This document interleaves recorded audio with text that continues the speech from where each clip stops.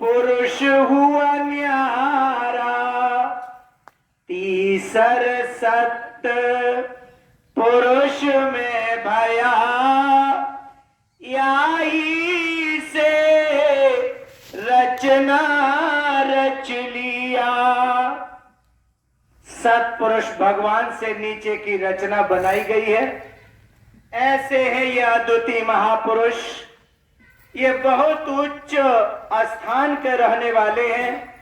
इसलिए बाबा जी ने कहा, जो अगम अलख और सतलोक की बात की गई है, स्वामी जी महाराज ने कहा, इन तीनों में मुझको जानो, पूरन पुरुष मुझे पहचानो।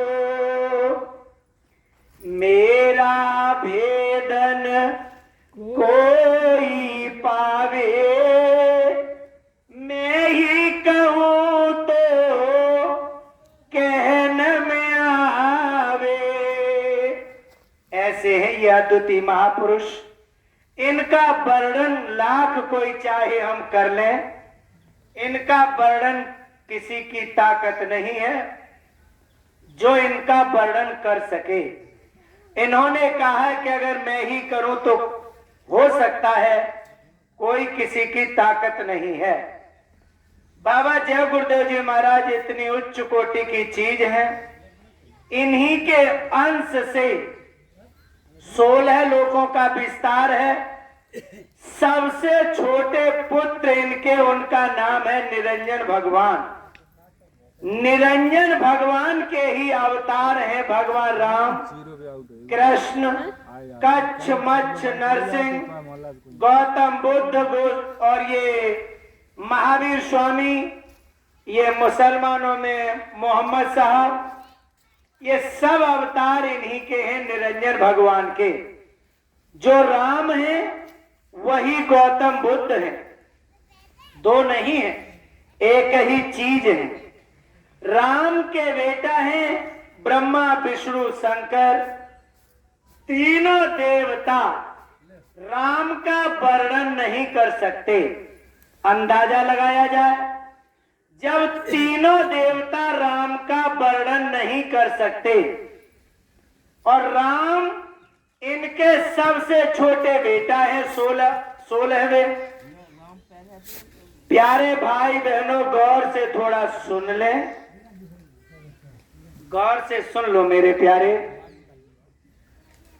हम आपको वही चीज बताने जा रहे जो आपके अंदर अग्नि धधक रही। भगवान राम का वर्णन ब्रह्मा विष्णु शंकर नहीं कर सकते हैं। देखो, जैसे भाई ने अभी बोला ऐसे ही सब लोग बोलते हैं, बोलना भी चाहिए, सही बात है, क्योंकि जानकारी के लिए बहुत जरूरी है। लेकिन हमने आपका पैर छुआ है, आशीर्वाद रूप में केवल आप पहले सुन लें।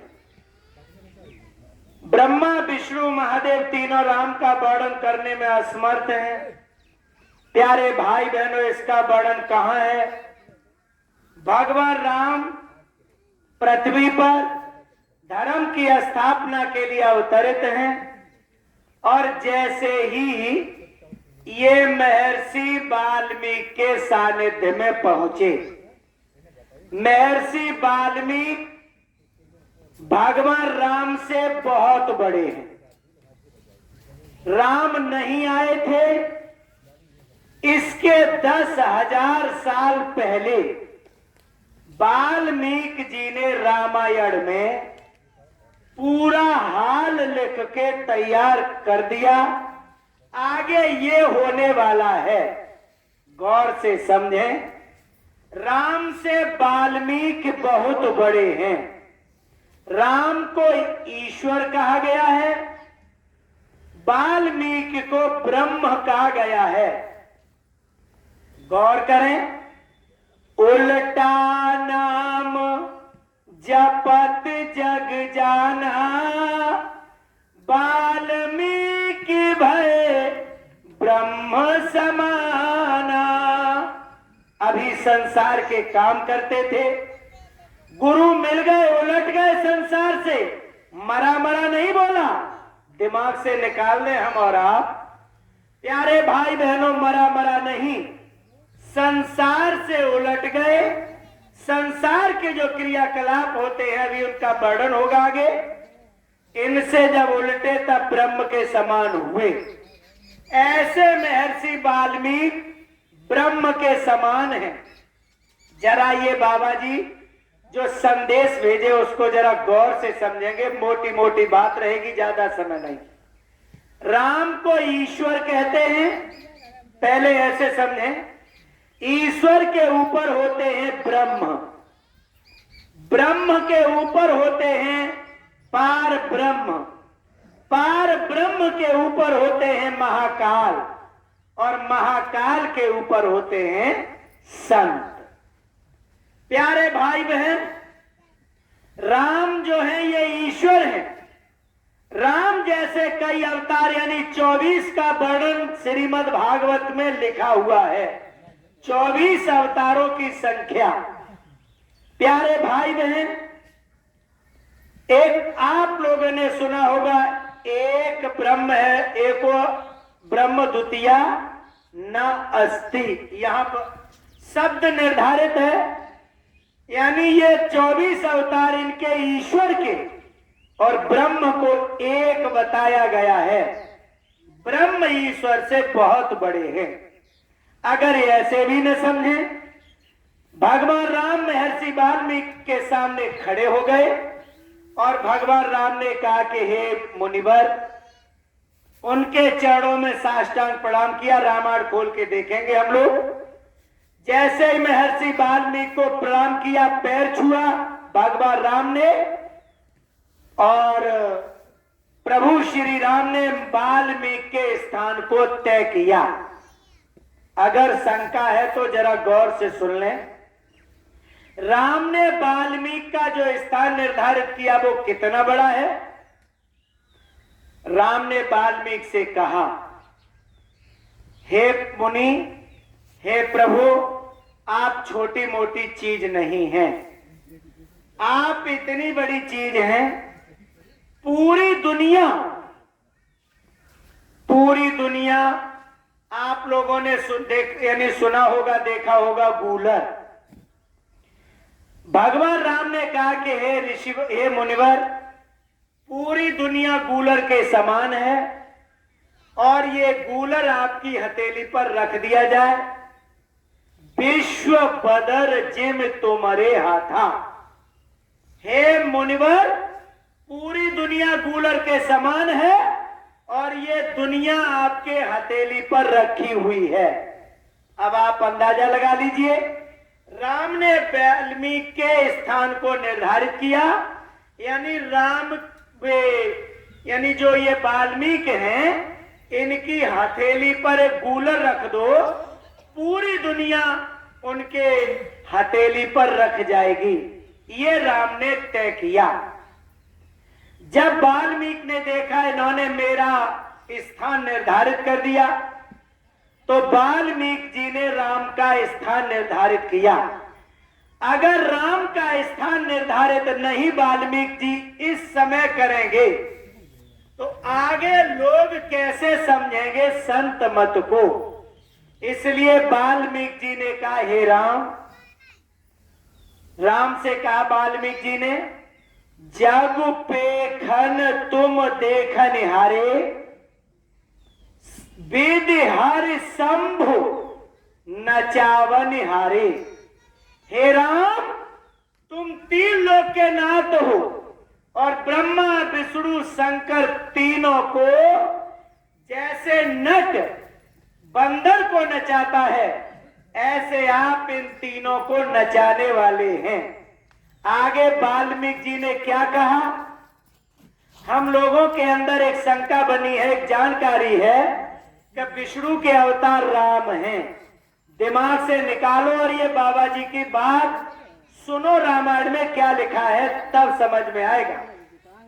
महर्षि वाल्मीकि जी ने कहा कि हे राम, तुम तीनों देवताओं को बंदर की तरह यानी नट की तरह नचा रहे हो। आगे राम ने क्या कहा? सो न जानहि मरमु तुम्हारा, और तुम्हें को जान निहारा। तीनों देवता आपके बारे में नहीं जानते हैं, फिर आपको कौन जान सकता है? महर्षि वाल्मीकि जी ने आगे कहा, सोई जानई जय देव जनाई, जानत तुम्हें हुई जाई।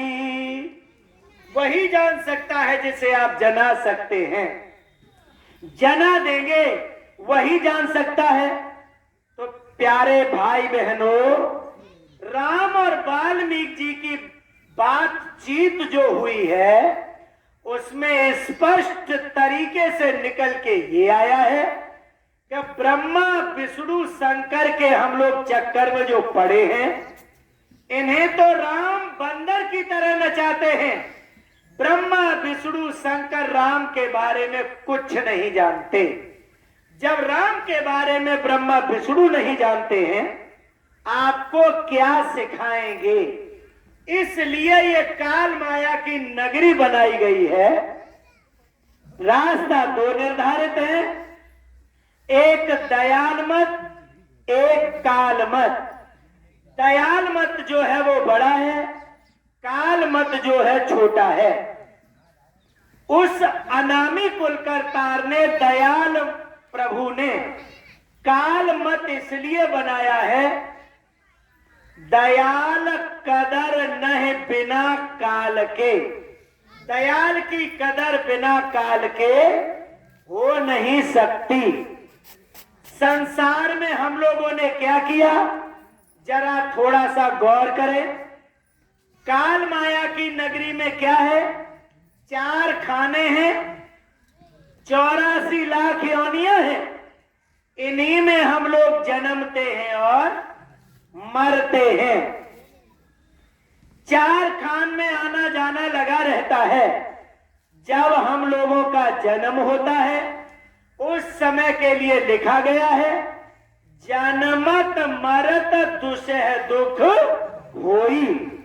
जन्मने मरने में बहुत पीड़ा होती है। प्यारे भाई बहनों, कुछ विद्वानों ने कहा 1000 कांटे वाली झाड़ी अगर गुदा चक्र से निकाली जाए कितना दर्द होगा समझने की चीज है। बहुत दर्द होता है, नस नस चटकती है, बड़ा कष्ट होता है। सहजोबाई ने इसके बारे में बहुत कुछ लिखा। प्यारे भाई बहनों, महात्माओं ने कहा, मार मार मुगदर प्राण निकारत, नैनन बहत है नीर, करोरे मन बादिन की तदवीर। उस दिन की याद करो जब मार मार के कुटम्मस होके निकालता है, खून का पानी टट्टी बाहर निकल जाती है। इतना कष्ट होता है मरने में और जन्मने में।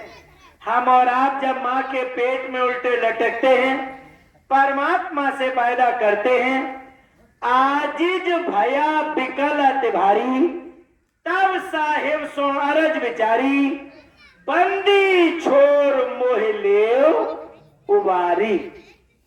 मैं अति महा दुख अति भारी।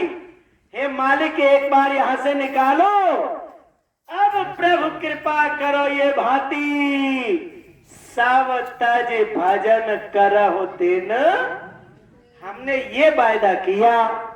प्यारे भाई बहनों, काल माया की नगरी में नाना प्रकार के पूजा पाठ रचे गए हैं। ये इसलिए रचा गया, महापुरुष यहाँ बराबर आपको समझाएंगे। समझाने से हम लोग नहीं समझेंगे। जब बार बार मरेंगे जन्मेंगे, मरेंगे जन्मेंगे, तब एक दिन तो ये बात समझ में अवश्य आ जाएगी। जिस तरीके से शंकर की धर्म पत्नी पार्वती शंकर की बात नहीं मानती हैं, और देखो जब शंका करती हैं बात नहीं मानती हैं, मरना पड़ता है। और जब फिर जन्मती हैं उन्हें पता है कि जन्मने और मरने में बहुत पीड़ा होती है। तब पार्वती कहती हैं, कोट जन्म लग रगर हमारी और बरौ शंभु न तो रहो, हमें तो दूल्हा वही चाहिए जो मालिक है हमारा।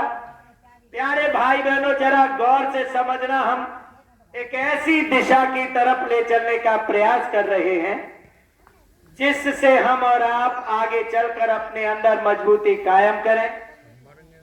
प्यारे भाई और बहनों, इस तरीके से काल माया की नगरी को बनाया गया। मालिक समझाएंगे, समझ में नहीं आएगा। जब बार बार जन्मोगे मरोगे, यातना सहनी पड़ेंगी, तब समझ में आएगा। बाबा जी ने कहा, देखो मुझे समझाते समझाते बहुत दिन हो गए, अब भी अगर नहीं समझोगे तो फिर क्या होगा। कुदरत है तैयार खड़ी, आगे तबाही बड़ी बड़ी। कुदरत का करिश्मा देख रहे हो, जब आपकी फसल तैयार होती है उसी समय पर इसकी नाटकबाजी चलती है। प्यारे भाई बहनों, गुरु महाराज ने पहले ही बता दिया है, अगर नहीं मानोगे प्यारे तो फिर तौबा तौबा करोगे, रोगे चिल्लाओगे और कुछ नहीं शेष बचेगा। अगर शाकाहारी हो जाओगे तो फिर बीमारी से।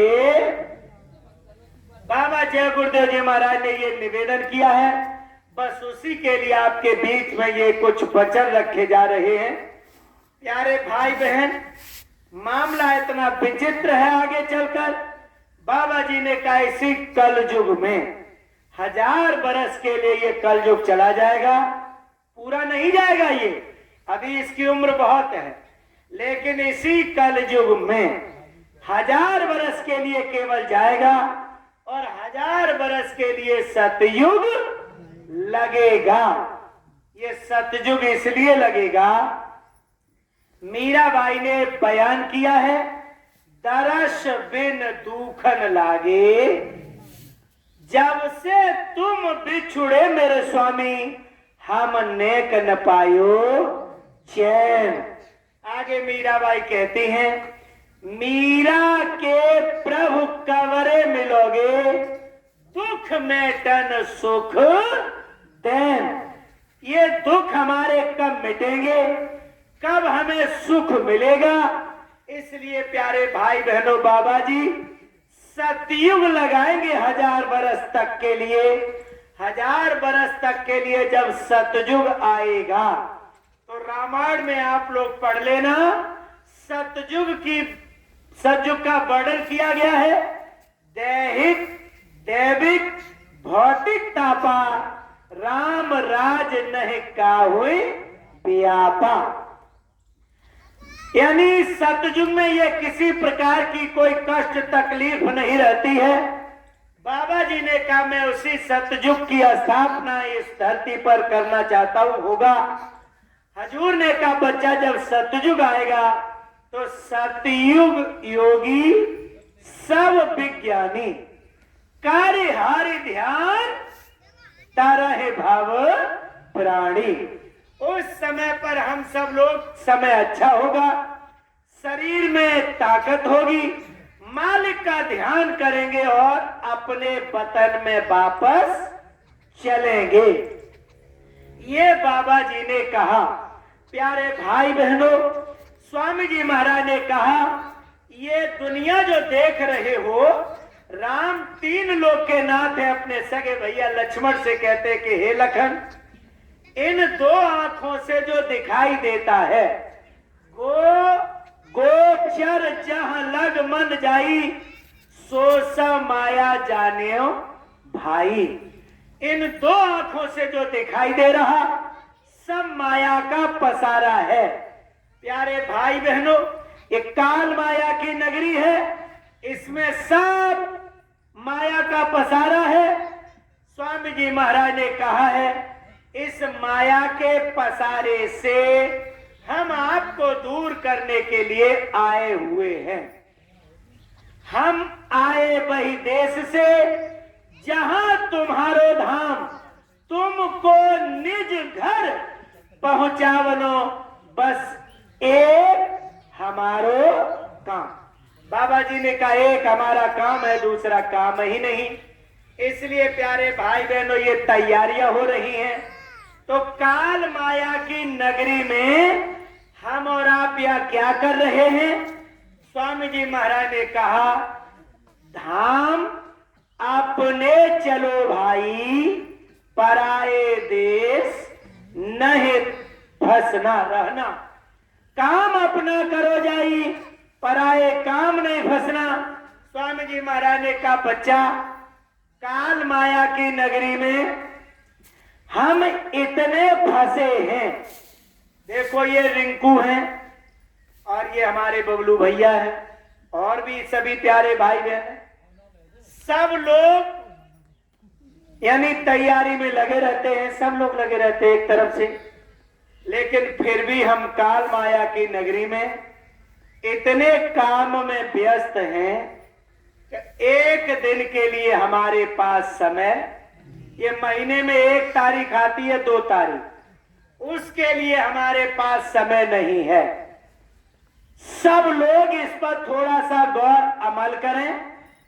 जब काल माया की नगरी में काम इतने महत्वपूर्ण हैं कि सत्संग में आने के लिए हमारे पास समय नहीं है। अब अंदाजा यहीं से लगाओ, जबकि दुनिया के काम धंधे जितने हैं वो कुछ भी नहीं। बाबा जी ने कहा, एक दिन सबको छोड़ के ये जाना है। जहां जितना इकट्ठा करोगे कुछ भी साथ नहीं ले जा सकते। हजूर ने कहा, ये पराया काम है और ये पराया देश है। जब पराए काम में इतने व्यस्त हैं हम कि हमें एक दिन के लिए सत्संग के लिए समय नहीं है।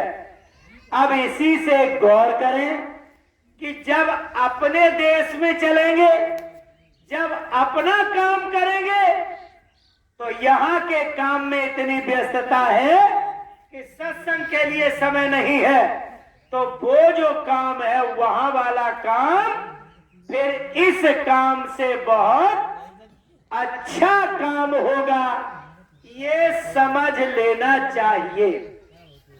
प्यारे भाई बहनों, दुनिया इतनी अच्छी लगती है कि प्यारे भाई बहन, बाबा जी इतने अच्छे नहीं लगते। जबकि स्वामी जी महाराज ने कहा है कि दुनिया इतनी अच्छी नहीं है जितने अच्छे बाबा जी हैं। स्वामी जी महाराज ने कहा कि बच्चों, ये दुनिया का पसारा जो है वो क्या है?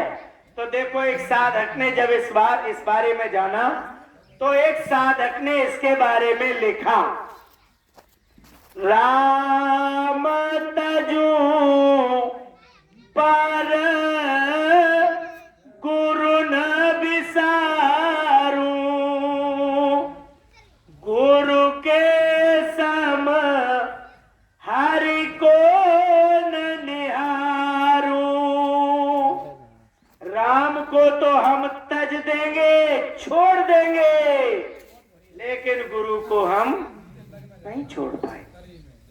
गुरु के बराबर हम हरि को नहीं मान पाएंगे। क्यों? हरि ने जन्म दियो जग माही,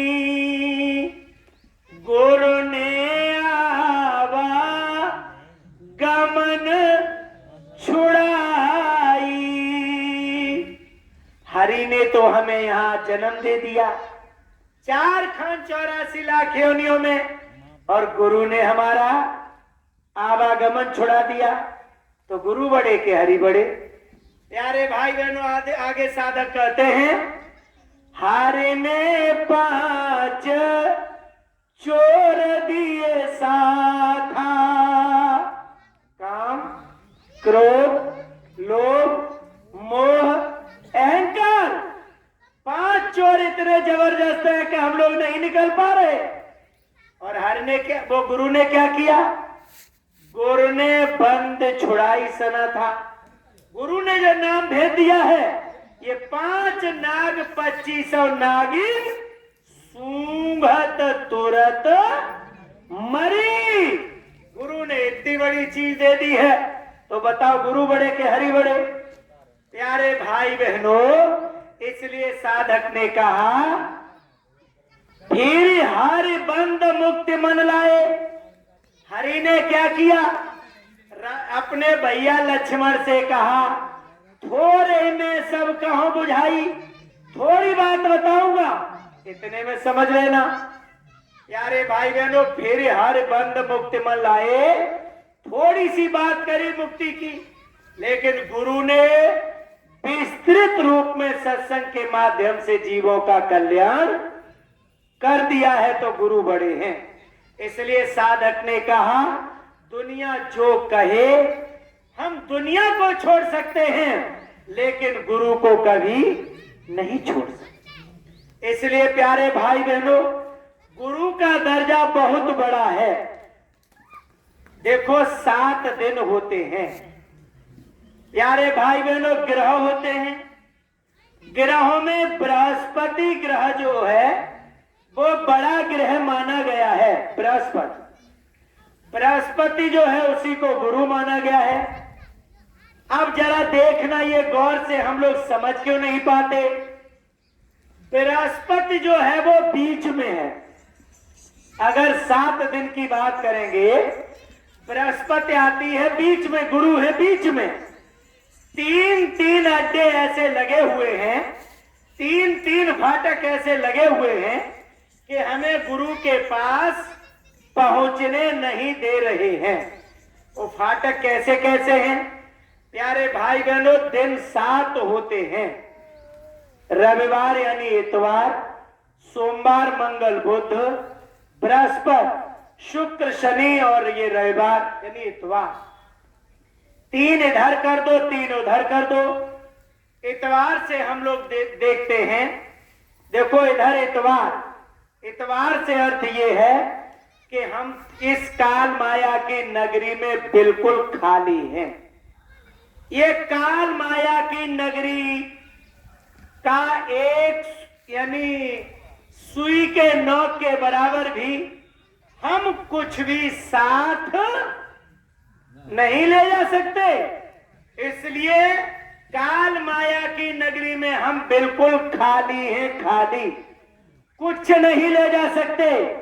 जब कुछ नहीं ले जा सकते तो प्यारे भाई बहनों, इसी के अंतर्गत हमें ये समझना पड़ेगा, जब कुछ नहीं ले जा सकते और कुछ भी है, कुछ है ही नहीं, तो फिर हमें जब समझाया जाए कि गुरु बड़ा होता है, कहीं से निकाल के कोई बताए गुरु बड़ा होता है, तो फिर हमें एतबार कर लेना, विश्वास कर लेना चाहिए, तो आगे बढ़ पाएंगे।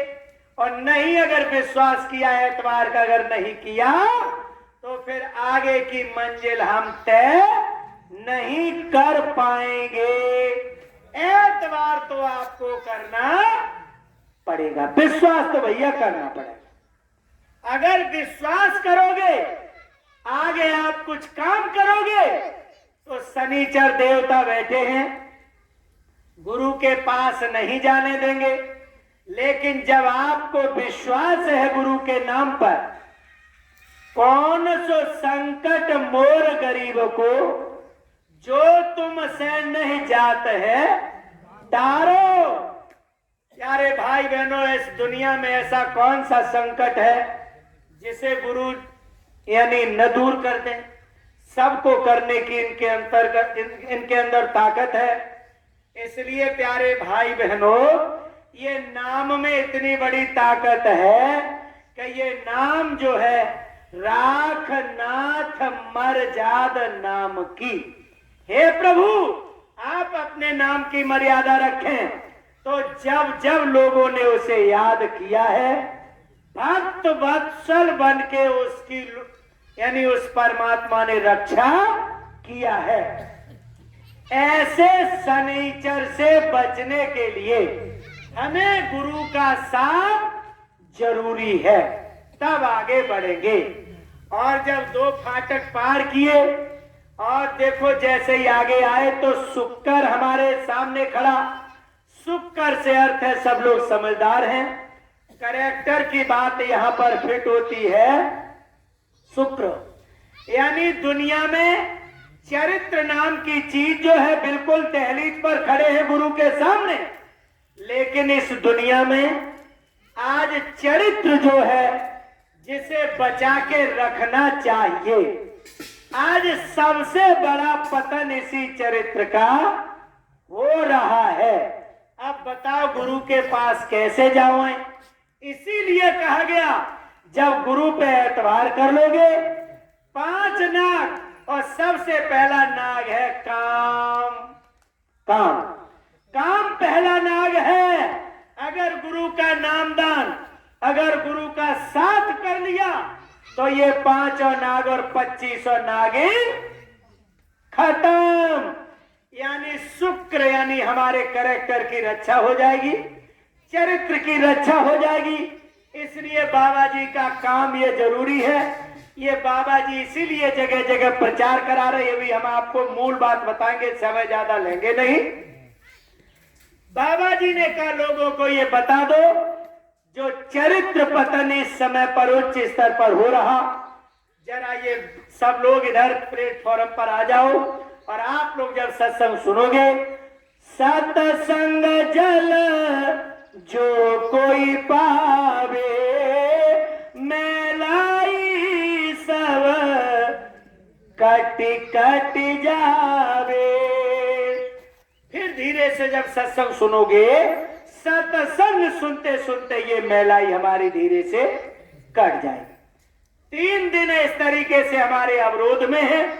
पहला दिन ये कह रहा है अगर आपको गुरु के पास तक जाना है तो आपको एतबार यानी विश्वास करना पड़ेगा, क्योंकि गुरु बीच में बैठे हैं। बाहर ये अड्डे लगे हुए हैं, किवाड़ फाटक लगे हुए हैं, इधर से चलें। पहला दिन है सोमवार। प्यारे भाई बहनों, हम और आप इस दुनिया में सोम से अर्थ आता है नशा, यानी हम सब लोग दुनिया के नशे में, कोई किसी के नशे में, कोई किसी के नशे में, हर व्यक्ति अपने अपने नशा में है। स्वामी जी महाराज ने इसीलिए पहला प्रहार किया है।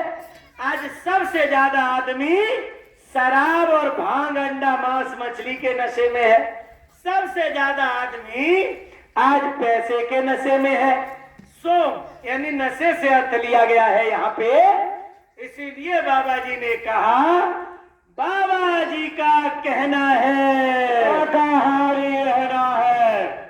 अगर हमें बाबा जी की बात सुनने को मिल रही है कि बाबा जी नशा से दूर कर रहे हैं, तो हमें बाबा जी की बात सुनकर नशा परित्याग करना चाहिए पड़ेगा। अगर नशा नहीं छोड़ेंगे, वो चाहे किसी स्तर का नशा हो, दुनिया का नशा जब तक नहीं उतारेंगे तब तक गुरु के पास जाने की रास्ता नहीं मिलेगा। देखो एक वाकया आता है, 2 चींटियां हैं, बड़ी यारी है दोनों में। एक चींटी रहती है नमक के पहाड़ पर और एक चींटी रहती है मिस्री के पहाड़ पर। मिस्री वाली चींटी आई नमक के पहाड़ पर घूमने के लिए, घूमी फिरी, बोली बहन हमारे यहाँ मीठा मीठा और तेरे यहाँ देख नमकीन है। अच्छा एक काम कर बहन, एक बार फेरा मेरे भी यहाँ लगा दे। लेकिन जो नमक वाली चींटी थी, जो नमक के पहाड़ पर रहती थी, उसको विश्वास नहीं था। वो अपना नमक का कंकड़ लेके गई कि वहां पता नहीं मिले या कुछ मिले या ना मिले, क्या पता, यही विश्वास वाली बात। उसे विश्वास नहीं था। लेकिन जो मीठी वाली चींटी थी, उसे पूरा विश्वास। प्यारे भाई बहनों, जब नमक वाली चींटी उधर मिस्री वाले पहाड़ पर गई, मीठे पहाड़ पर, तो देखो बार बार वो खा रही है, यानी जो भी खाना व्यंजन, लेकिन नमक का जो कण था वो उसके मुंह के अंदर। उसने एतबार नहीं किया, वो उसको विश्वास नहीं कि पता नहीं क्या है क्या नहीं है, हमारा ठीक है। अब देखो उसके अंदर वो कर रखा हुआ नमक का। अब वो ऐसे वहां जितना व्यंजन खा रही, लेकिन उसे कोई स्वाद मिल ही नहीं रहा। उसने कहा बहन, तू अपने पहाड़ की बड़ी प्रशंसा करती थी। अरे एक मिश्री ऐसी होती है, हमने सुना भी है कि मीठा होता, बहुत अच्छा होता है, और नमकीन तो वो अलग ही है। मुझे तो इसमें कोई आनंद आ नहीं रहा, ये हमें सब एक ही जैसा दिखाई दे रहा है। मीठी वाली चींटी पड़ गई बड़े चक्कर में। अब जब चक्कर में पड़ गई तो उसने गुरु को याद किया। बाबा जी ने कहा बच्चा जब कुछ समझ में न आवे तो आप लोग जय गुरुदेव बोलना, और आपके उसी समय पर ये जो यानी ताला बंद है वो खुल। जैसे मीठी वाली चींटी ने मालिक के नाम का स्मरण किया, उसने कहा ठीक जैसे भगत लोग अगर किसी को भगतई यानी लोग करते हैं, कराने जाते हैं, और जो उन्होंने ऐसे देखा उन्हें सब पता लग जाता है, ऐसे ही नमक को उस चींटी को पता लग गया। उसने कहा बहन एक काम कर, अपना मुंह तो खोल। अरे मुंह क्यों खोले? अरे खोल तो एक बार, मुंह तो आपको खोलना पड़ेगा। बात तो कहनी पड़ेगी भैया, ये बात ऐसे तो फिर ये कैसे, ये ऐसे तो फिर ये कैसे, मुंह तो आपको खोलना। बड़े समझाने के बाद नमक वाली चींटी ने मुंह खोला, और जैसे मुंह खोला तो अंदर नमक का टुकड़ा रखा हुआ था। मैंने काम करिए सुरक्षित इस जगह पर रख दे। अरे ये क्यों निकाल, अरे रख तो दे, इस पहाड़ पर जो आई है तो प्रयोजन तो तुझे पता लगे। बड़े समझाया जाता है, सीधी सी बात है, समझाया जाता है। इसीलिए हम लोग घूम रहे हैं और कह रहे हैं हाथ जोड़कर विनय हमारी हो जाए सब शाकाहारी। इसीलिए प्यारे भाई बहनों घूम रहे। आज देखो यानी मीठी वाली चींटी ने कहा जरा इसको इधर न रखो, और बाइज्जत रखवा दिया। और जब रखवाया बोले अब इसको देखो। जैसे ही नमकीन वाली चींटी ने देखा उसे आनंद आ गया। बोली बहन इसका मतलब ये जो नमक का टुकड़ा हमारे अंदर था, ये हमारे यानी इस पहाड़ के इस मिठास के बीच में यही रोड़ा बना हुआ था, यही रोड़ा बना हुआ था। ऐ प्यारे भाई बहनों, अब मीठा अच्छा है या नमकीन अच्छा है, इसलिए अब गौर करने की जरूरत है।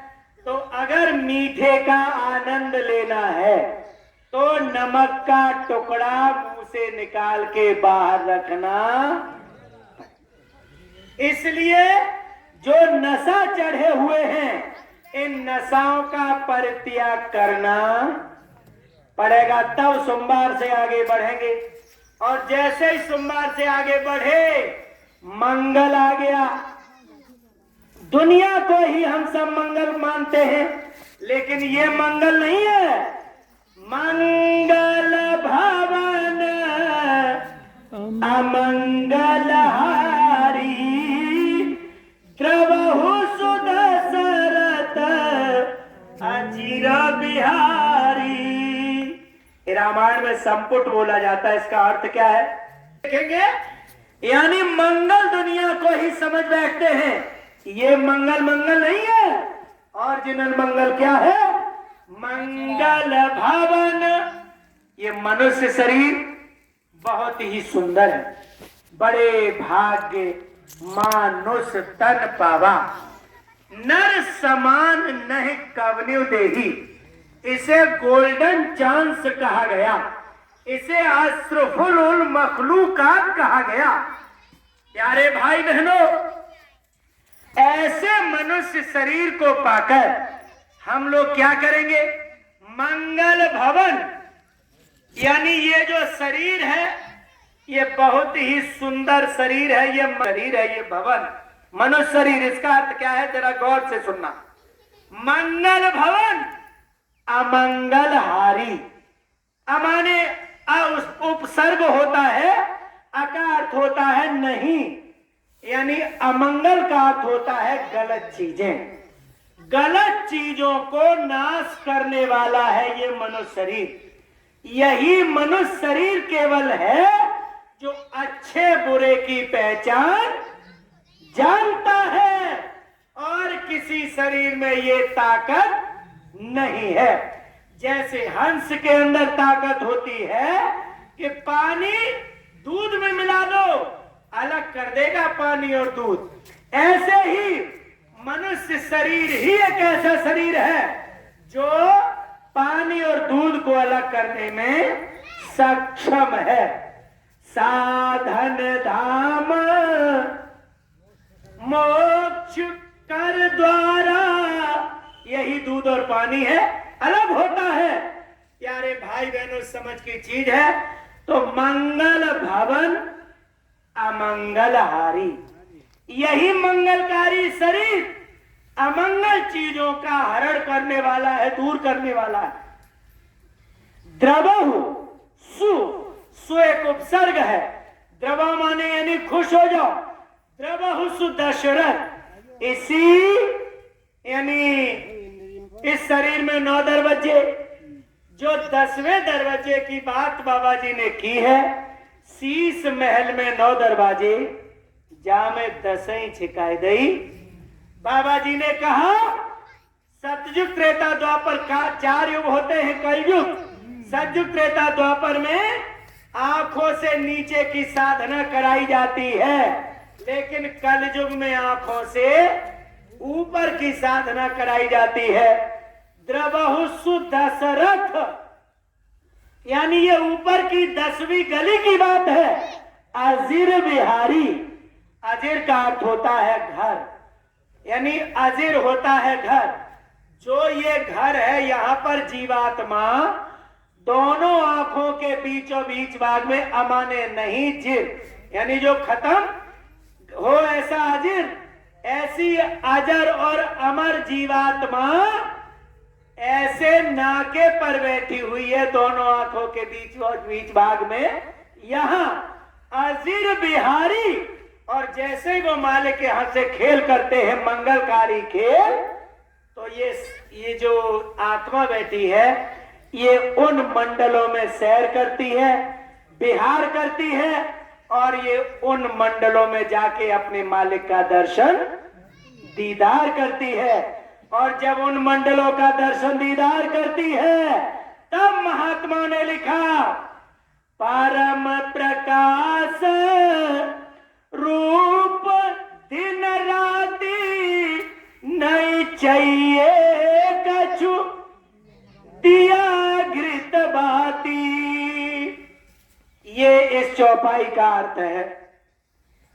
प्यारे भाई बहनों, ये कब संभव है? जब हमें ऐसे गुरु मिले, तब ये मंगलकारी जो भवन है वो इस अच्छाई में परिवर्तित हो सके। अगर ऐसे गुरु का साथ नहीं करेंगे, ये मंगल वाली लाइन से हम आगे, इस गेट से आगे हम नहीं बढ़ पाएंगे।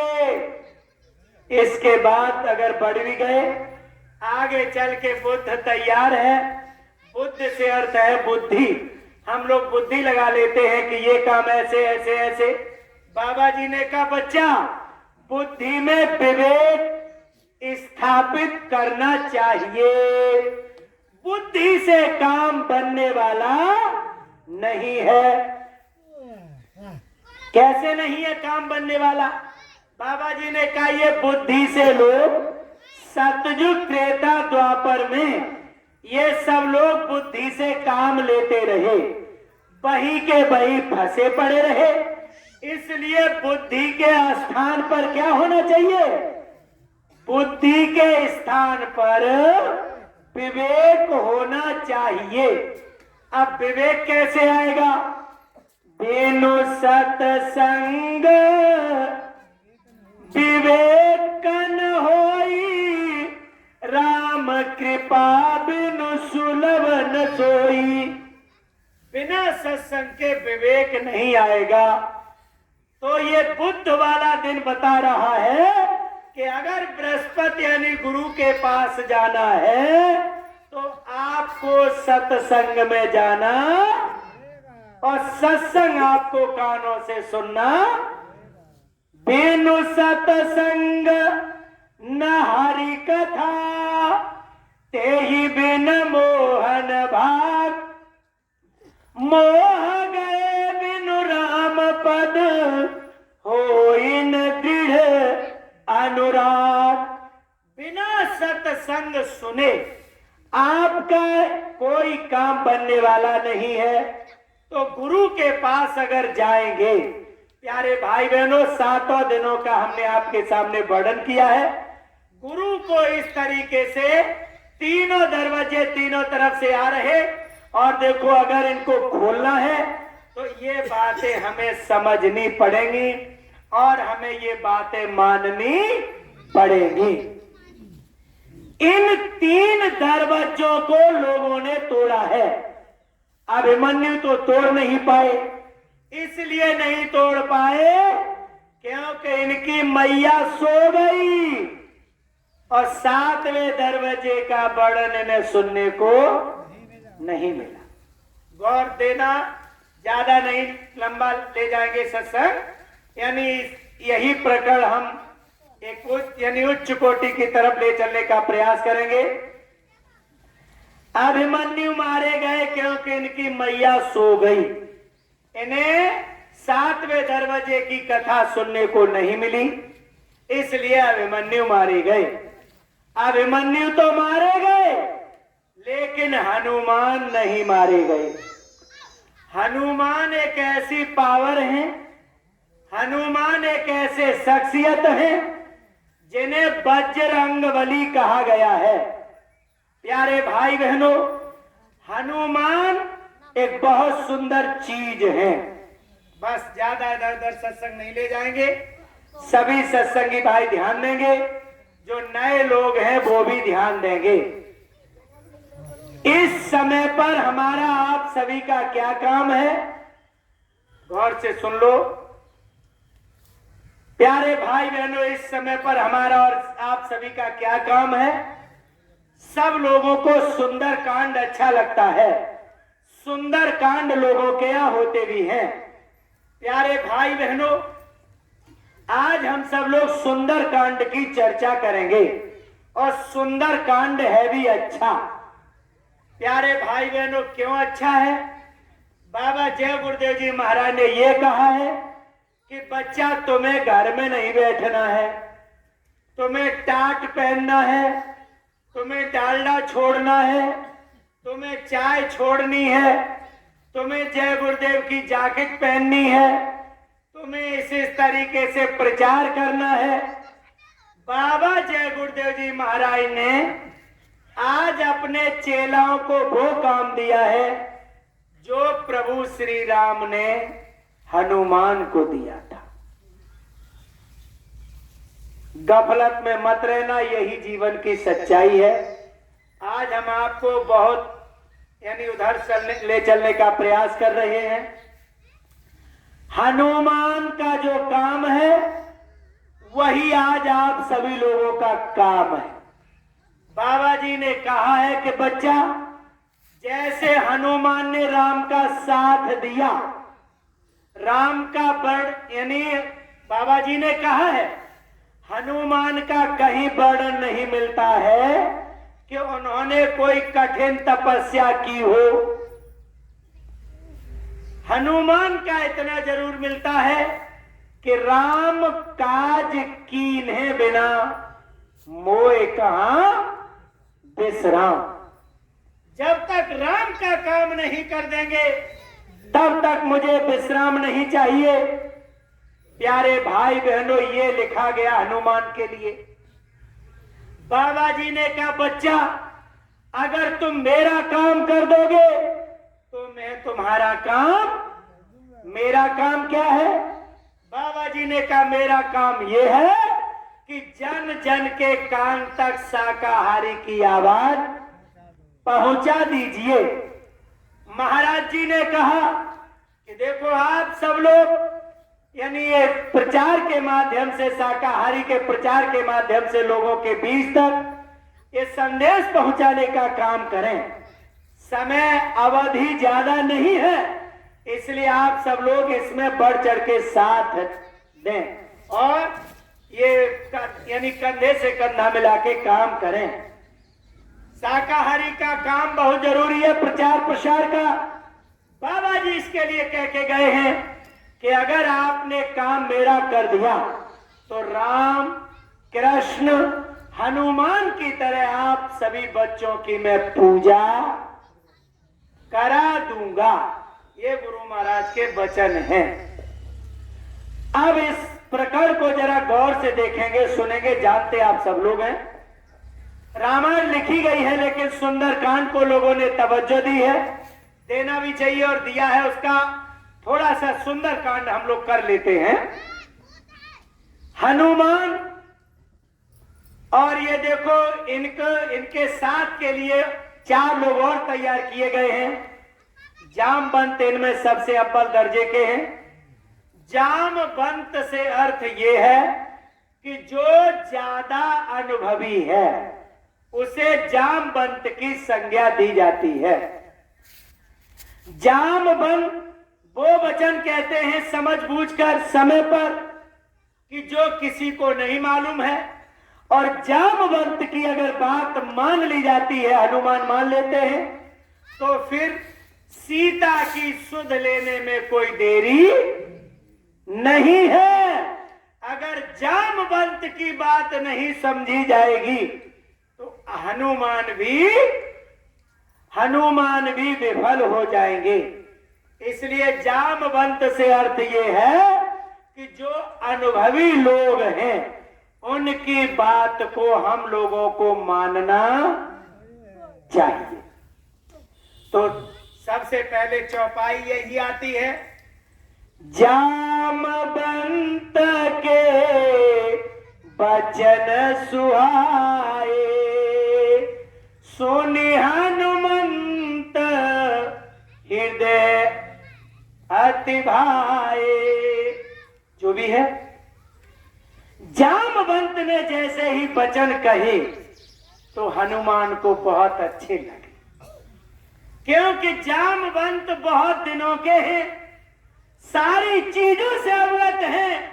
वो प्रभु की नहीं, कई प्रभु उनके सामने उतरे हैं और वो सब के बारे में जानते हैं। और जामवंत को अनुभव बहुत बड़ा। आज जामवंत ने जैसे ही वचन कहे सोई हनुमान को बहुत अच्छे लगे। हनुमान ने कहा कि जो आप आदेश करेंगे पालन किया जाएगा।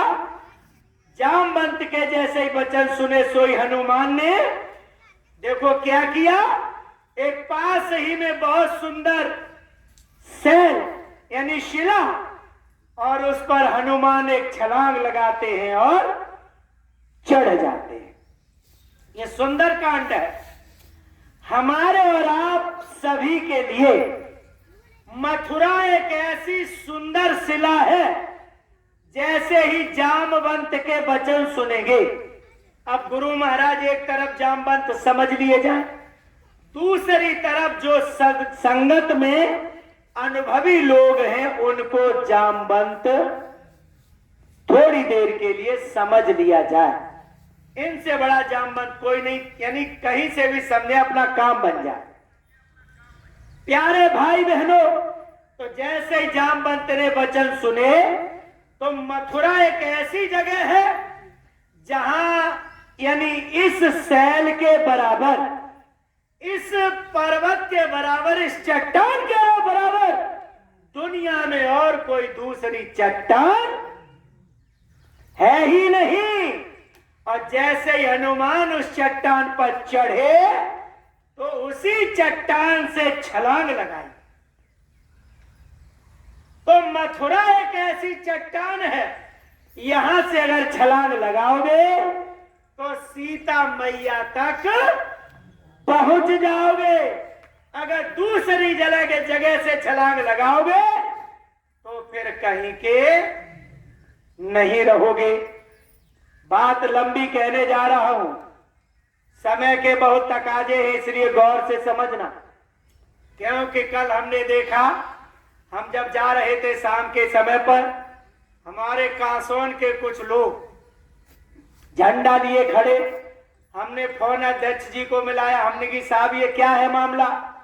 बोले अरे वो उधर अलीगढ़ से जो बाबा जी का भेष धारण कर लिया है और इधर वो गाड़ी उन लोगों की जा रही है, कालीचरण से मना किया गया, लेकिन उनके गौर में उनके भेजे में नहीं बात घुस रही, लोगों को भ्रमित कर रहे वो।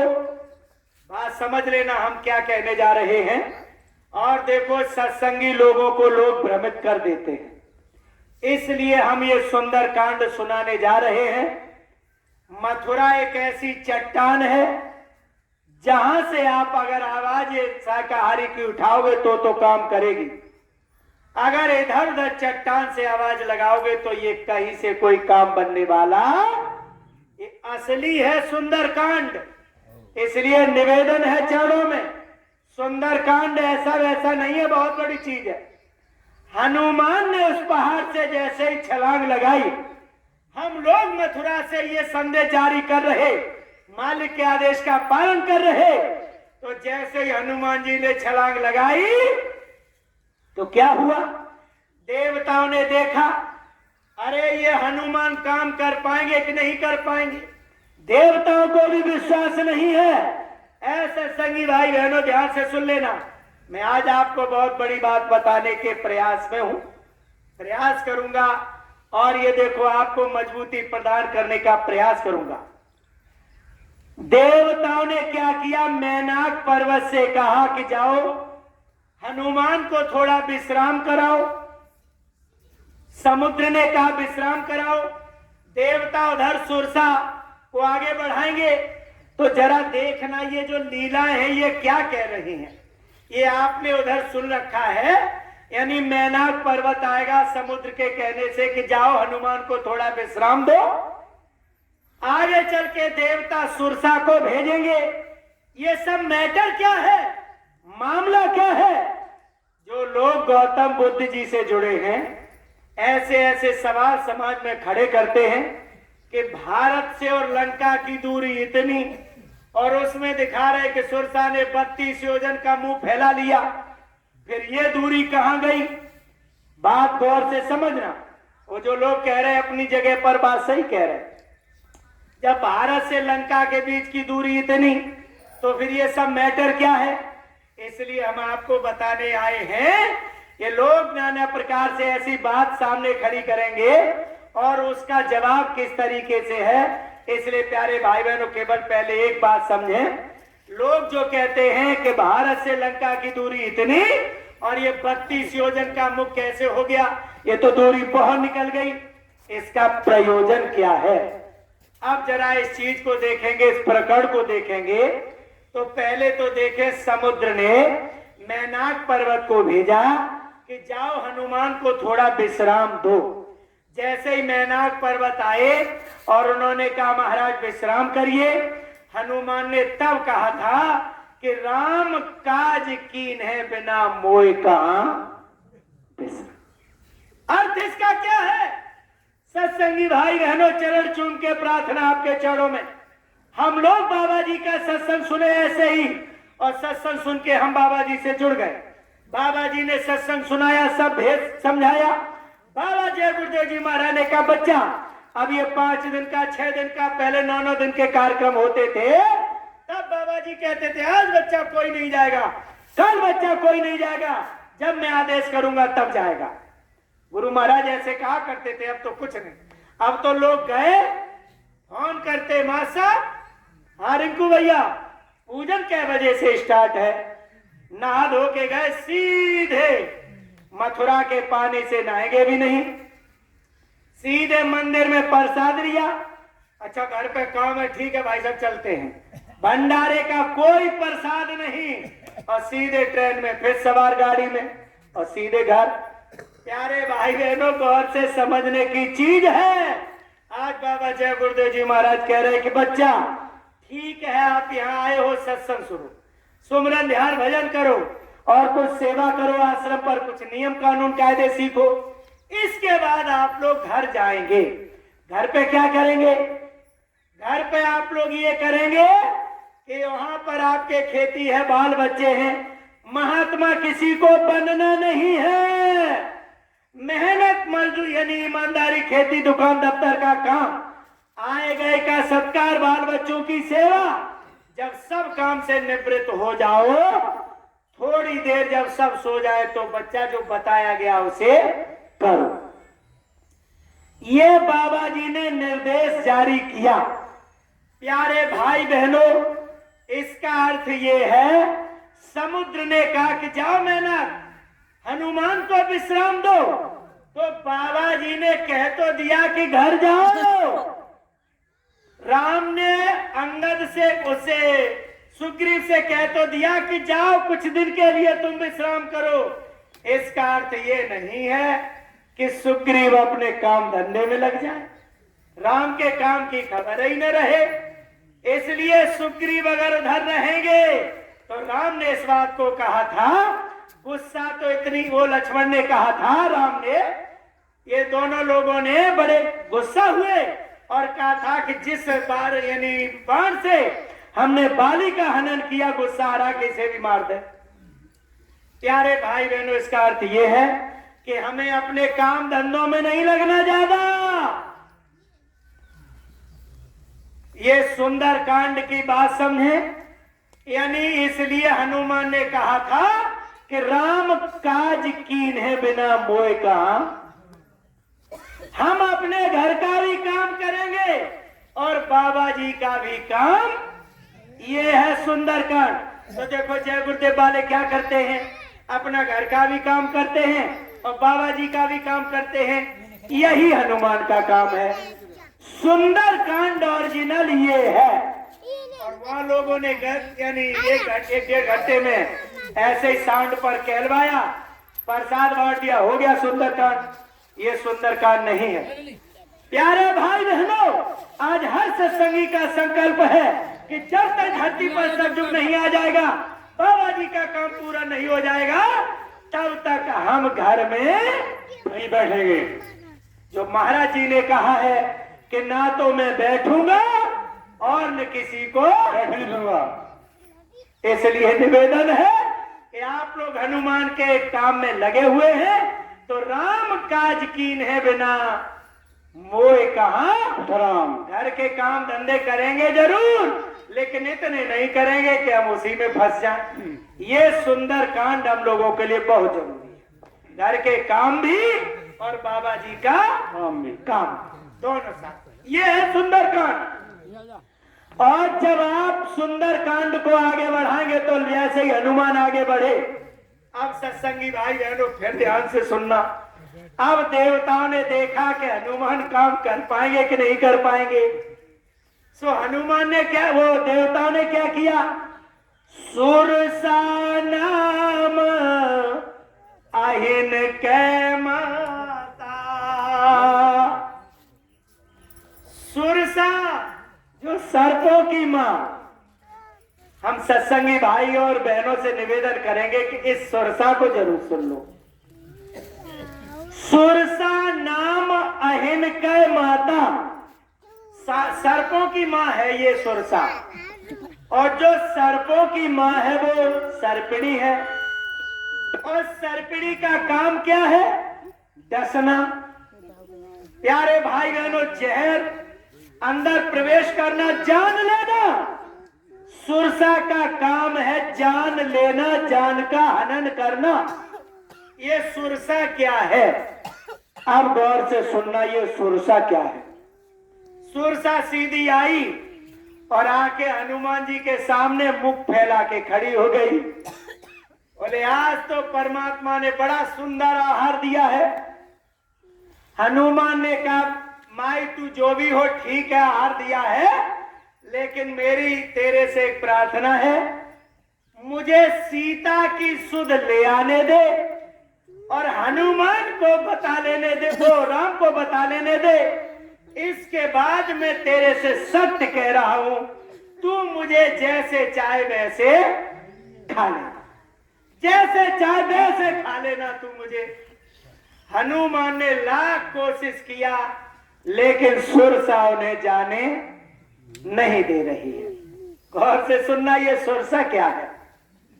सुरसा ने, जब हनुमान ने देखा कहिए नहीं मानेगी तो हनुमान ने कहा अच्छा ऐसा कर, अब तू मुझे खा। तो देखो प्यारे भाई बहनों, अब ये प्रकरण बड़ा विचित्र है। यानी जैसे 16 वो 32, यानी इस तरीके से दूनी बात होती चली गई। सुरसा एक तो हनुमान दो, और इस तरीके से मामला बढ़ता चला गया। और जब बढ़ता गया तो मामला ठहरा 32 पे। और मुंह में दांत कितने होते हैं? 32 ही दांत होते हैं। बाबा जय गुरुदेव जी महाराज ने कहा था सबसे पहले ए भारत के लोगों, शाकाहारी हो जाओ, भजन करो। प्रोफेसर कीरो साहब महारानी विक्टोरिया को वेज और नॉन वेज के बारे में बात करके आए थे।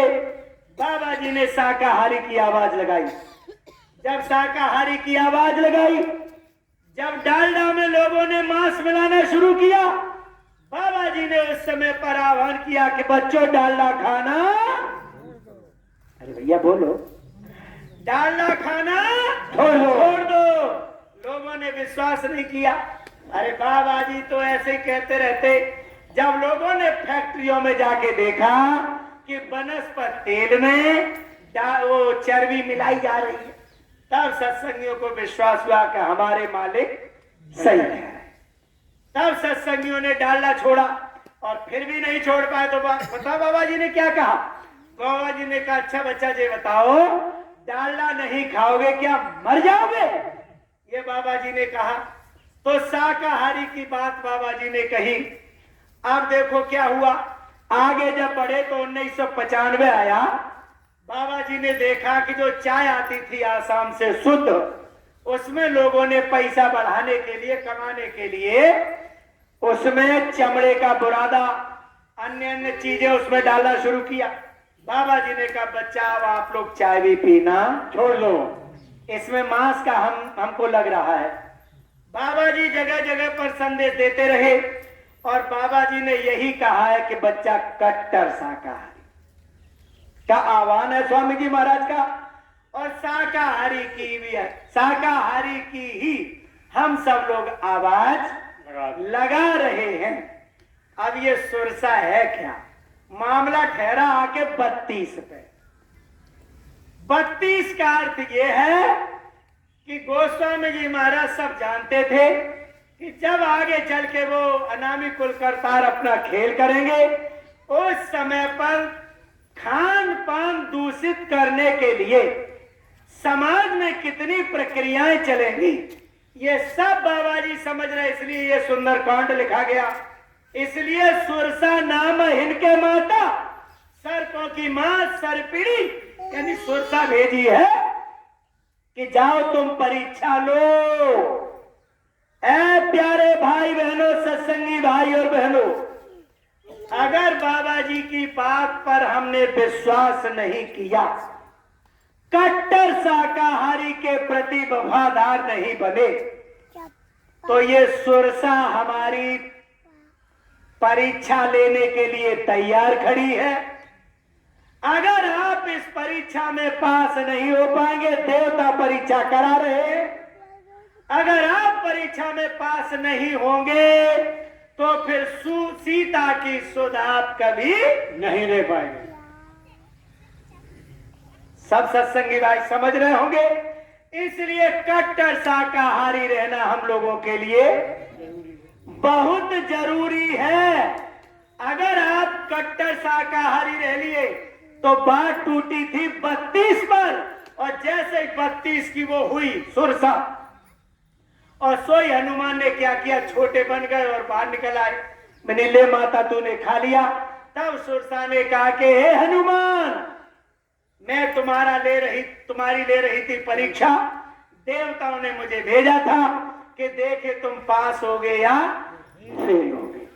तो जो सत्संगी बाबा जी की बात को सुन समझकर अगर अपने खान पान को दूषित, अब थोड़ी कहेंगे बहुत समझना, तो हम सब लोग देवताओं के द्वारा जो इस समय पर खान पान को दूषित करने के लिए प्रक्रियाएं जो जारी हैं, अगर आपने उनमें सहयोग किया, अगर आपने अपना खान पान दूषित किया, तो प्यारे भाई बहनों, देवताओं ने जो परीक्षा के लिए सुरसा भेजी है, आप उसमें पास नहीं होंगे। अगर पास नहीं होंगे तो राम का काम आप नहीं कर सकते, और राम का काम नहीं कर सकते तो फिर काम भी हमारा नहीं होगा, नहीं बनेगा। इसलिए अगर अपना काम बनाना है तो हनुमान की तरह हमें एक नियम का पालन करना है। इसलिए हमने बहुत बड़ी बात कहने का प्रयास किया है, इसलिए किया है क्योंकि आगे जो समय आएगा वो सब जानते हैं महात्मा, और इसीलिए ये पत्रिका का अंश हमने, आप लोग सोचते होंगे ये कहां से सुना रहे हैं, ये सब गुरु महाराज पहले बता के गए, ये पत्रिकाओं के सब अंश हैं। गुरु महाराज ने इसके अंतर्गत ये समझाने का प्रयास किया है कि अगर आप लोगों ने हनुमान की तरह संकल्प नहीं लिया तो सुरसा आपको आगे नहीं बढ़ने देगी।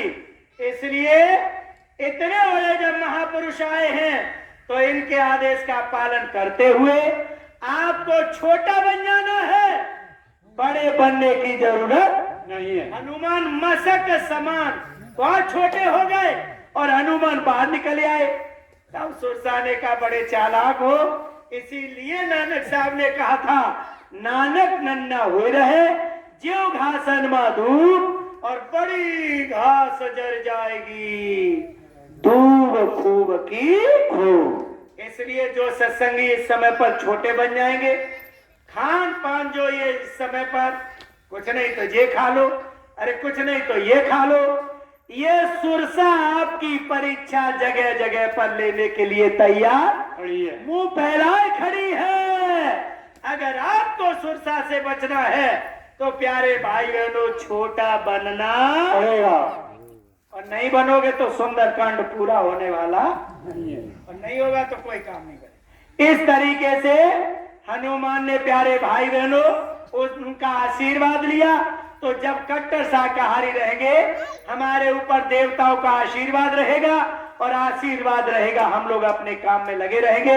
आगे जब हनुमान जाएंगे प्यारे भाई बहनों बड़े बड़े व्यवधान पढ़ेंगे, और देखो लंका जाएंगे, आगे सीता की सुध लेंगे, यानी त्रिता के माध्यम से पता लगेगा कि सीता की सुध ही लेने नहीं आए हो, तुम्हें लंका में भी आग लगानी है। अब लंका में आग लगाने से अर्थ ये है कि जब जय गुरुदेव वाले सत्संग सुनाते हैं, संसार के लोग कहते हैं कि ये बात कैसे, तो संसार के लोग ये कहते सुने गए हैं कि जय गुरुदेव वाले न राम को माने, न कृष्ण को माने, न देवी माने, न देवता माने।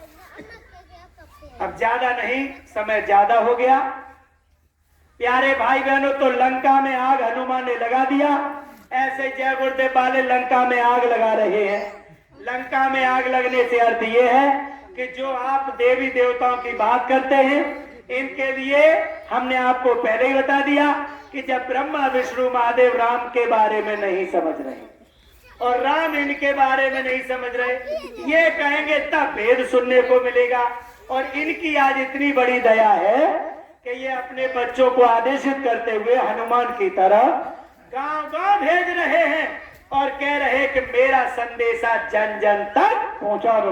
बाबा जी का संदेशा ये है, कलयुग में 1000 वर्ष के लिए कलयुग चला जाएगा और 1000 वर्ष के लिए सतयुग आ जाएगा। इसलिए लोगों से हाथ जोड़कर निवेदन है, अंडा मांस मछली शराब खाते पीते हैं, इसे छोड़ दो। पुराने प्रक्रिया में जो फंसे पड़े हो इनको गौर से समझो। ये लंका में आग लग रही, ये जो जय गुरुदेव वाले कह रहे हैं, अगर बात समझ में नहीं आ रही है तो इनसे पूछो। हनुमान तो लंका में आग लगाएंगे, लंका तो जलेगी, वो नहीं बचेगी। क्यों जलेगी? कबीर दास जी का नाम आपने सुना है, वो कह के गए हैं, गुड़िया देवी देवता पितर भुइया भवानी, यह मार्ग 84 चलन की। यानी देवी और देवताओं के अगर पूजा पाठ करेंगे 84 में आपको जाना पड़ेगा। ये हम नहीं कह रहे, कबीरदास जी कह रहे। भागवत खोल के देखोगे उसमें लिखा है, कृष्ण ने, श्री कृष्ण भगवान कहते हैं कि अगर आप देवी देवताओं के चक्कर में पड़े रहोगे, आपको 4,84 लाख योनियों में ही भटकना पड़ेगा। अगर आत्म कल्याण चाहते हो, श्रीमद् भागवत में लिखा हुआ है, तो आपको सत्संग यानी संतों के पास जाना पड़ेगा। बाबा जय गुरुदेव जी महाराज इसलिए सभी से बिल्कुल कह रहे कि आगे चलकर सतयुग आ रहा है, कलयुग जा रहा है। अगर आप नहीं मानेंगे तो बाबा जी ने कहा आगे होगा सो सुन लो। बाबा जी ने कहा आगे ये होगा, चीन अमेरिका में, पाकिस्तान भारत में, चारों तरफ परमाणु बम की लड़ाई लगने जा रही है। 18 मिनट में पूरा विश्व तबाह हो जाएगा। बाबा जी ने कहा दिल्ली से राजधानी हट जाएगी और धार्मिक स्थान पर आ जाएगी। अमेरिका से सुरक्षा परिषद आ जाएगी, भारतवर्ष में चलेगी वो सुरक्षा परिषद। तब गुरु महाराज ने कहा यूएनओ भारत में चलेगी, निर्णय लेने आएगा, संसार जमाना बदलेगा। दिल्ली से राजधानी हटेगी, यूएनओ भारत में चलेगी, निर्णय लेने आएगा, संसार जमाना बदलेगा। आपकी जो दिल्ली राजधानी है ये हटने वाली है। दिल्ली से राजधानी हट जाएगी और धार्मिक स्थान पर आ जाएगी। ये बाबा जी ने, अब जो लोग नए लोग सुनेंगे कहेंगे कि जय गुरुदेव वाले अब तक तो कहते थे कि देवी देवता राम कृष्ण को नहीं मानते। अब ये जो सुनेंगे कि दिल्ली से राजधानी हटेगी, अब संसार के लोग जो सुन रहे हैं कह रहे होंगे ये तो बिल्कुल पगला गए। दिल्ली से राजधानी कैसे हट जाएगी? प्यारे भाई बहनों, यही होने वाला है। चीन अमेरिका में बजने वाली, पाकिस्तान भारत में परमाणु बम की लड़ाई लगने जा रही है। सूरदास 500 बरस पहले कह के गए हैं, आगे जब परमाणु बम की लड़ाई लगेगी, 12 कोस पर एक चिराग दिखाई देगा, 12 कोस सिखा हुई जाकी, सहस बरस लग सतयुग व्यापे। ये काम होने जा रहा है। इसलिए बाबा जी ने कहा लाशों पे लाशों का होगा नजारा। अरे सुनते तो जाओ संदेशा हमारा, लाशें पड़ी सड़ेंगी घर घर में, उठाने वाले मिलेंगे न यार, जमाना बदलेगा। इसलिए बाबा जी ने कहा है, ये प्लेटफॉर्म बना दिया है रामादल। विभीषण की तरह इस रामादल में चुपचाप आ जाओ तो बचत संभव है। काल ब्याल से वही बचेगो जो सतगुरु ध्यान धरे। इसलिए बाबा जी ने कहा सब लोग ध्यान से सुन लो, आगे चल के युग परिवर्तन होने जा रहा है। आगे चलकर आपके सामने सूखा पड़ेगी, इतनी भयंकर सूखा पड़ेगी कि ये पेड़ों की पत्तियां और ये फल फूल वगैरह और ये अन्न का दाना एक भी नहीं मिलेगा। सूखा पड़ेगी, कुछ नहीं मिलेगा।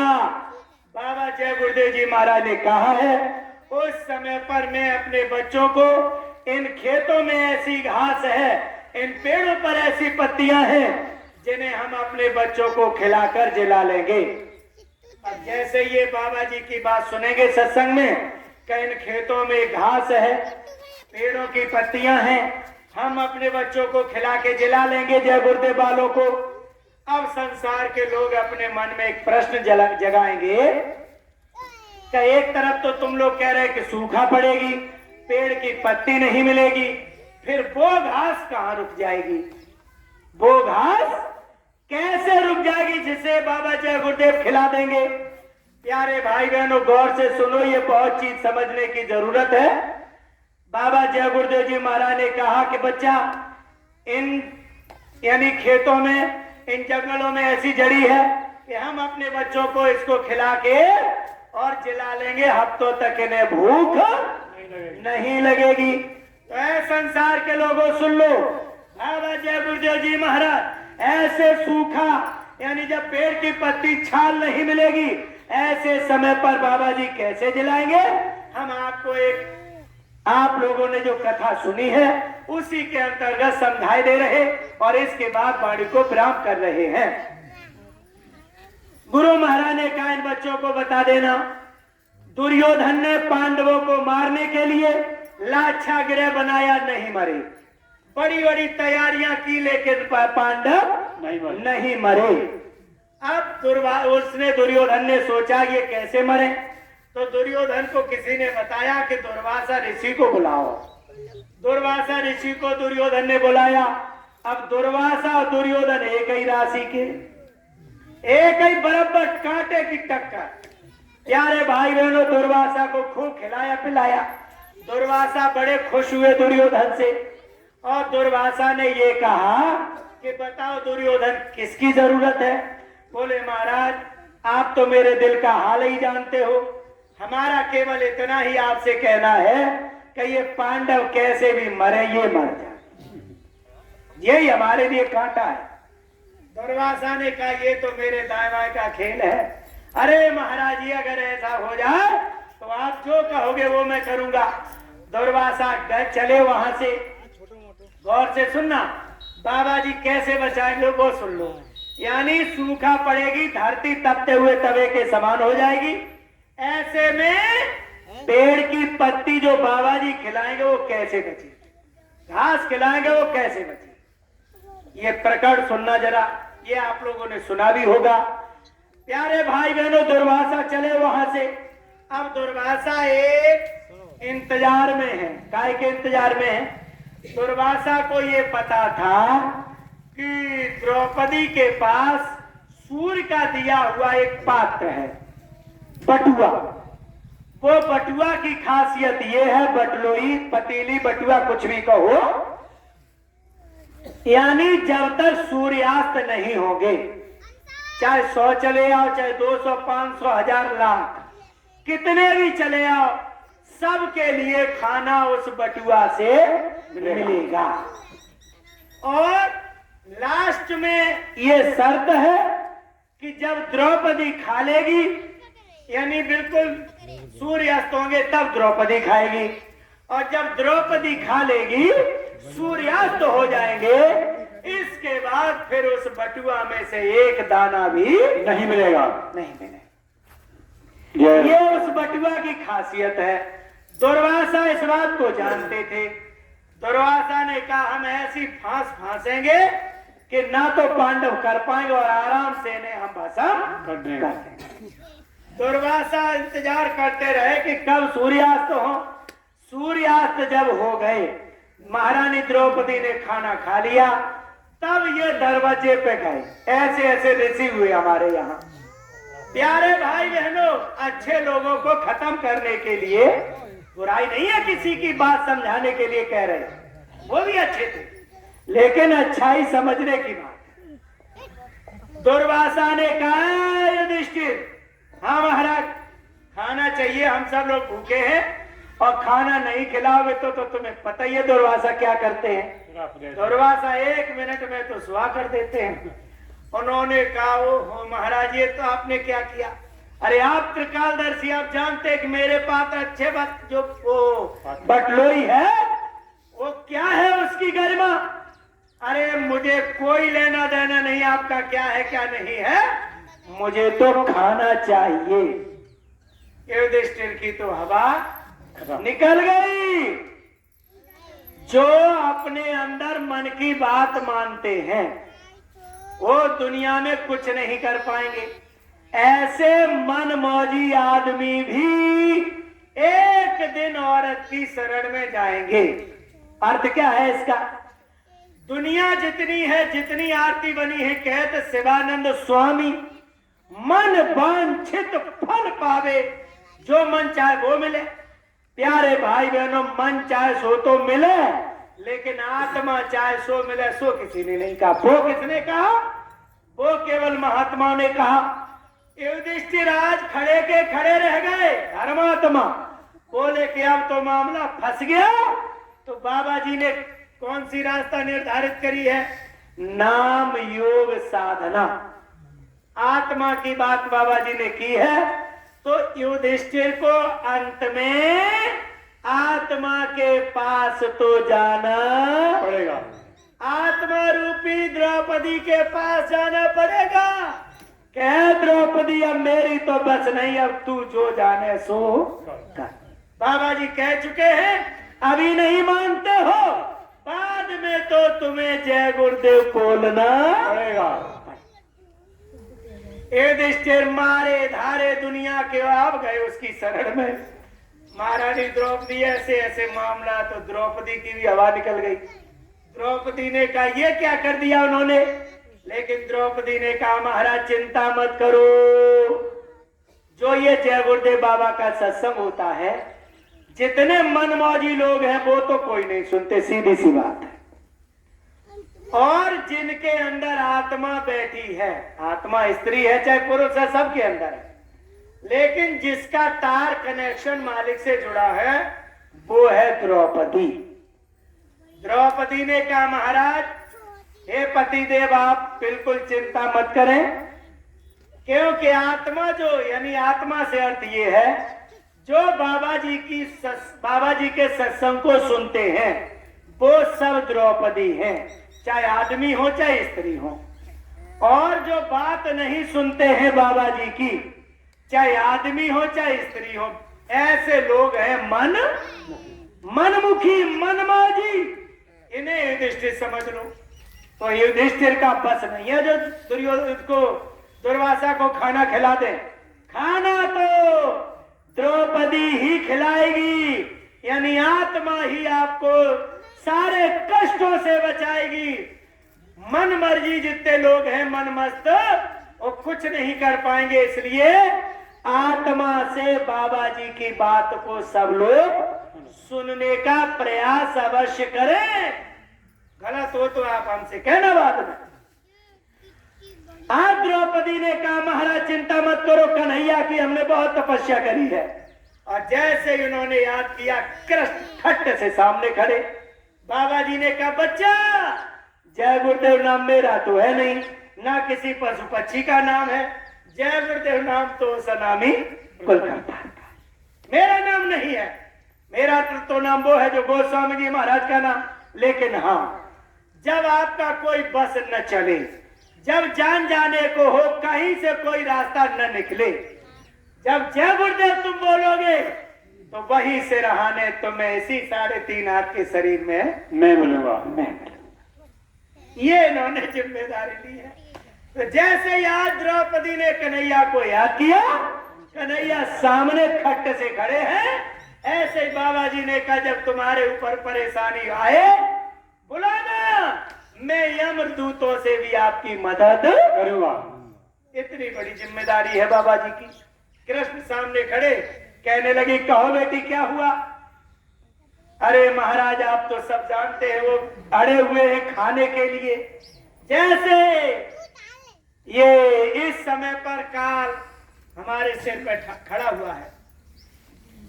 प्यारे भाई बहनों, इस समय पर काल हमारे सिर पर सवार है।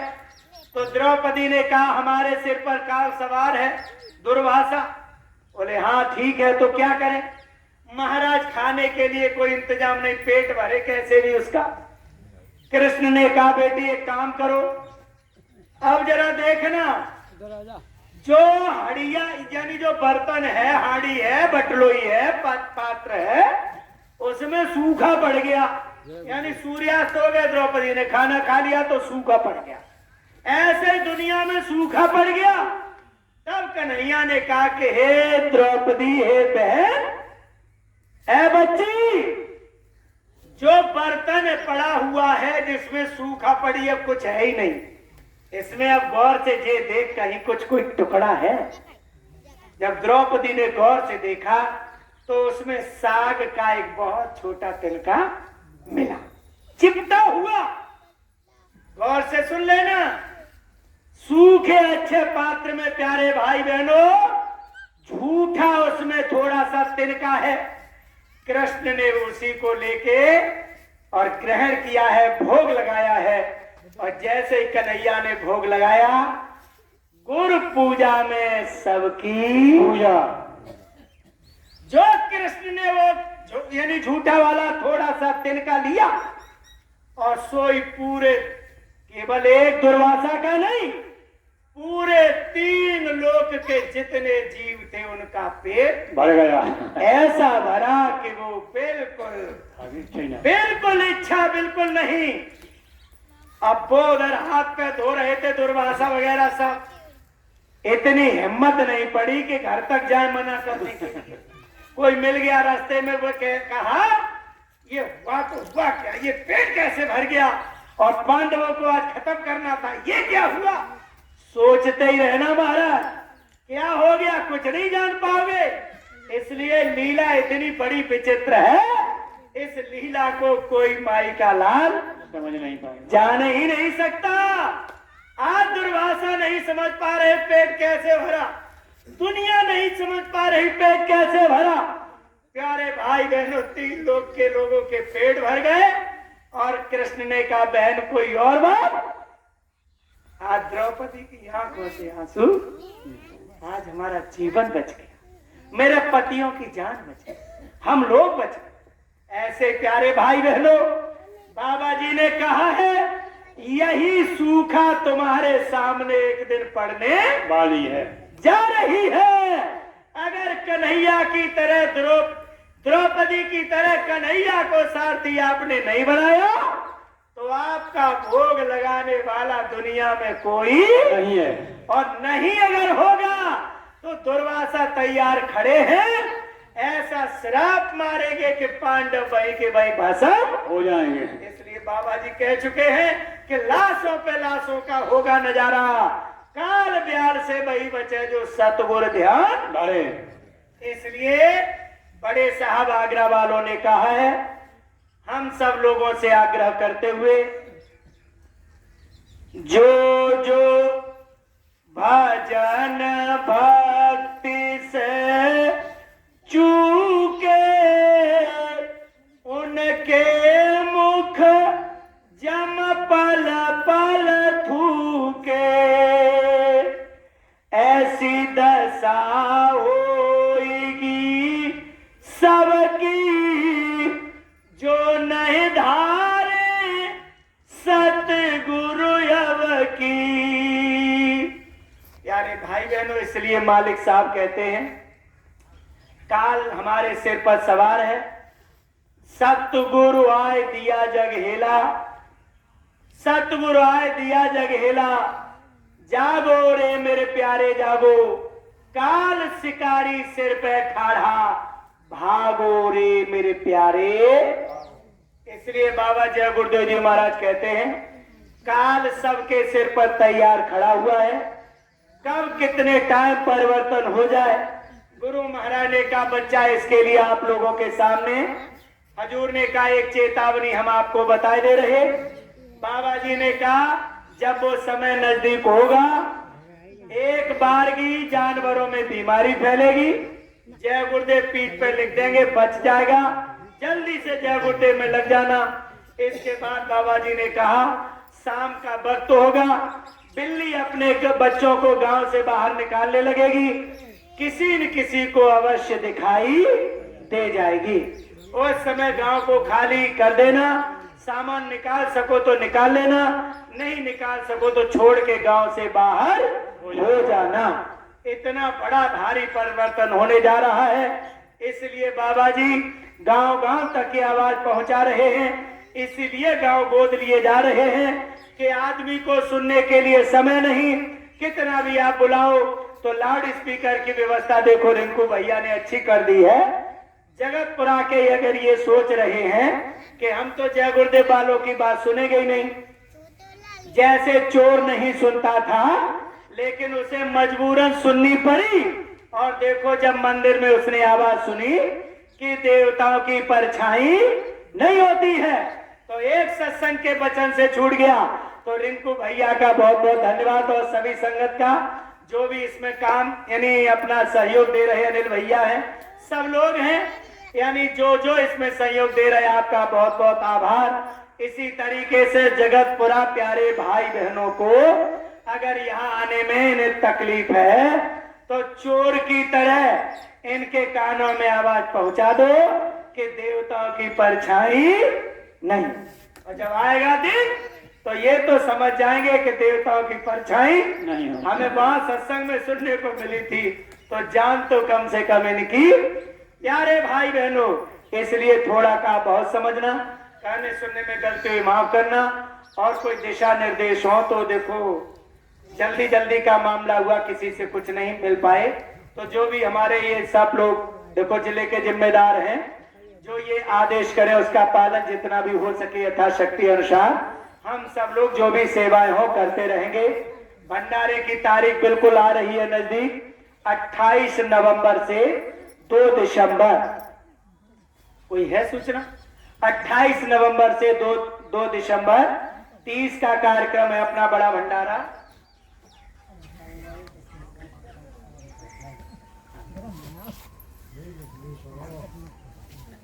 देखो ये हमारे ब्लॉक अध्यक्ष जी हैं, आपका ये कहना है कि देखो अभी हमने आपसे कहा था कि आशीर्वाद मालिक का मिलता रहे, तो देखो सेवा, तो इस समय पर धान की सेवा, यानी हमारे ब्लॉक अध्यक्ष साहब कह रहे कि यहाँ पर अगर धान की सेवा चलती है तो जितना जिसके जो भी यथाशक्ति अनुसार हम सब लोग व्यवस्था करेंगे, और अगर थोड़ा थोड़ा कर लेंगे तो ये सेवा बहुत जरूरी है। सेवा इसलिए जरूरी है कि देखो बिल्कुल सुदामा गरीब, बिल्कुल गरीब, फिर भी मांग कर, और यानी मालिक के दरबार में खाली नहीं भेजा। 3 मुट्ठी चावल न होते तो आज सुदामा की सुदामापुरी नहीं बनी। इसलिए सेवा बहुत जरूरी है। सेवा प्यारे भाई बहनों जो भी निर्देश होते रहें, थोड़ा बहुत निकालते जरूर रहें। धान की जो भी सेवा हो आप लोग अवश्य दे देना। अब